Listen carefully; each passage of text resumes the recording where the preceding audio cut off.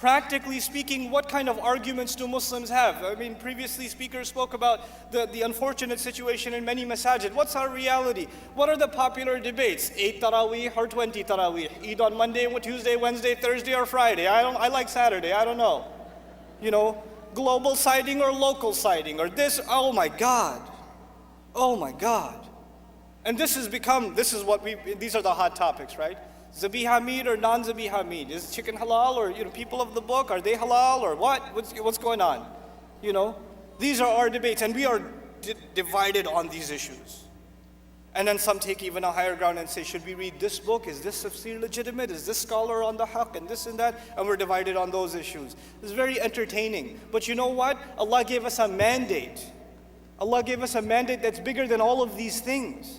You are entitled to your personal convictions. You are entirely entitled to them. But if a conversation and discourse has the potential, lethal potential of creating conflict in a community, keep it to yourself and only bring to public discourse what adds to unity, not what takes away from it. So if you don't want to eat, I have some of my best friends, let me tell you, wait, don't do that, I forget what I'm saying here, this is so confusing. Okay, so, and I have like 10 minutes. This thing is like scary. It's looking at me. Okay, so let me tell you something. I have friends that eat, for example, just to give you an example, they eat like, maybe we'll go to, you guys have IHOP out here? I don't know if you have IHOP. Okay, you have IHOP. Alhamdulillah. Don't go. But anyway, so if you have IHOP, so my friends go to IHOP, and he's a sheikh, he's a scholar, I'm not going to name him, good friend of mine, he goes and orders a rib sandwich. And I am raised Pakistani, I'm going to order chocolate chip pancakes because everything else is practically haram, right, for us. And even though I respect the opinion of the Ahlul Kitab, my mama raised me differently, so I'm just going to do it that way no matter how much fiqh I studied. I'm just going to eat zabiha meat. And I have no issues with anybody else who does otherwise, because I'm not qualified to have issues with them.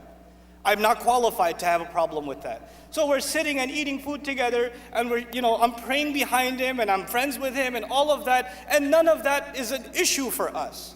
And then at the same time, ironically, you'll come at the masjid and say, brother, I noticed that you were eating ice cream the other day, which has this and this and this ingredient, and you gave khutbah the week after that, and therefore I can't, I repeated my salat, because I don't know if your salat is accepted, because the ice cream had haram ingredients. I was like, dude, that is awesome. I couldn't have thought of that. This is, I should give you a inna hadhihi ummatukum ummatan wahidatan sticker. Because that deserves an award, We have to remove that conversation from public discourse. I'm not saying that conversation isn't important. I'm not trivializing fiqh.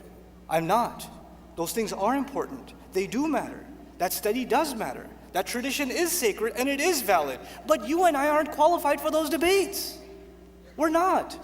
Then you have people that are saying our masjid is doing local sighting, their masjid is doing global sighting. We should go with global because we're one ummah. Look, the issue, first of all, is more complicated than that. And second of all, you can't even be united with the person you're praying next to. You don't even say salam to them nicely. You're worried about global unity of the ummah by making Eid on one day? What are you talking about?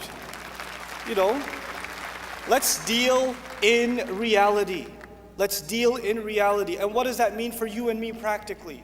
Practically, what that means is the oneness of the ummah begins at home. What is your relationship with your parents like, especially when they get agitated? Ask yourself that question. I have to ask myself. My dad gets mad at me, and I have to take it. And he's at our campus. I have to see him every day, and if I come in late, he gives me the look, and I'm like, avoid eye contact. And what is your relationship with your parents like? Is it dysfunctional? Then why are you debating the unity of the ummah? You've got some other more basic unity to work on right now. What's your relationship with your husband like? Are you fighting all the time? What's your relationship with your wife like? How are your relationships with your siblings? If you're fighting with your brother and your sister all the time, what unity are you talking about? What delusional world are you living in that you're having this debate about the ummah's unity? And if you're, alhamdulillah, inshallah ta'ala, if your family is in harmony, and I pray all of your families and our families are in harmony and they remain that way, and if they're not in harmony, may Allah give them harmony, then comes the next step. The thing that supports the family's harmony is a community in harmony. The masjid, the community center, is supposed to be a place where families get together and find harmony with each other. That's the next space.